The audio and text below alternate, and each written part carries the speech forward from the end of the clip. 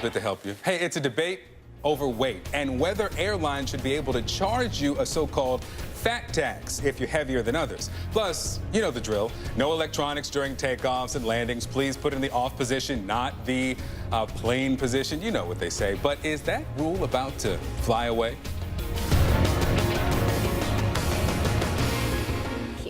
Hey, good news for anyone who flies. We fly a lot. We do. The FAA might soon let you keep those electronics on during the entire flight. Shocker, right? This is big. It means tablets, laptops, e-readers, maybe even those smartphones. They could be cleared for takeoff by year's end. That means you can keep reading your favorite ebook or playing Words with Friends. Somebody tell Alec Baldwin before your flight reaches 10,000 feet.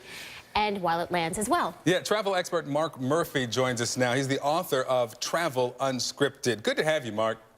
Thanks for having me. So, after all these years of being told our gadgets are dangerous, they pose a safety threat, were they ever really dangerous?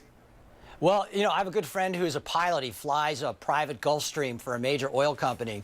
And he says he's had iPads, cell phones in the cockpit for years, and it's never interfered with anything. So he thinks the FAA is basically 3 years behind the rest of the world. So I think it's about time that this change was made. So, yeah, we're looking forward to it. Be able to keep my Kindle on takeoff and landing. All right. Okay, so it seems more likely that we're going to be able to use maybe our iPads and e-readers. What about our cell phones?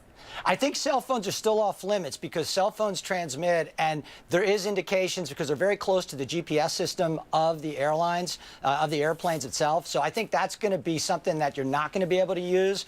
But crack open those iPads, crack open those Kindles. I think you're going to be okay in about 6 or 8 months. You know, there's a concern, maybe not from the pilots, but more from the flight attendants who have to give those instructions on the oxygen mask and the seatbelt. Right. They say that if they were to allow people to listen to their phones and keep those on, people would not pay attention. I mean, is there a possibility that even at the very start during those instructions, people will be able to continue to listen to their iPods?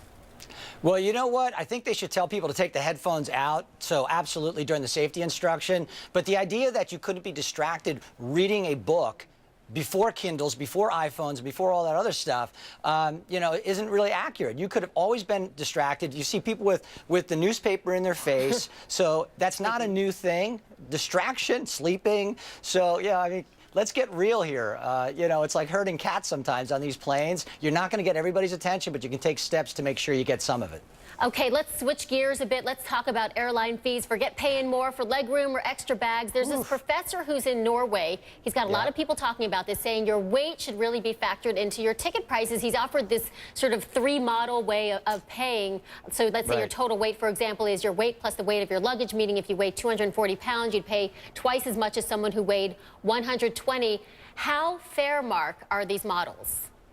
Well, I can't imagine you as a person getting pulled out for a weigh-in when you go ahead and get on board. I think they're going to look at the overall size of the plane, the size of the seats, and I think where they're going to get the extra pay is if you're overweight and you can't fit inside that 17-inch seat, guess what? You're going to be paying for 2 seats, and therefore they're going to get their money that way. I mean, and also, airfares are all over the place. You could fly round trip to L.A. One day it's $350. 4 days later, it's $1,700 from Atlanta. So when you start thinking about pricing and revenue models, they're upside down in the industry anyway because of yield management. Now they're going to start thinking about charging you based on your weight. Good luck with that. Yeah, you mentioned this for just a fleeting moment there, but how would this be enforced? I mean, do we have to weigh in? Is there going to be a scale next to the luggage scale that we have to step up on?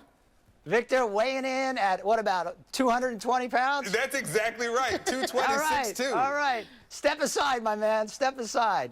Get over there and get on that scale. I know. I've got to get on the scale. Will this happen at the airport? No way. No way. Good. Not going to happen. But you know what, this professor, he says, Mark, that, quote, it may provide significant benefits to airlines, the passengers, even to society at large, and that it'll provide a reduction of carbon emissions, huh?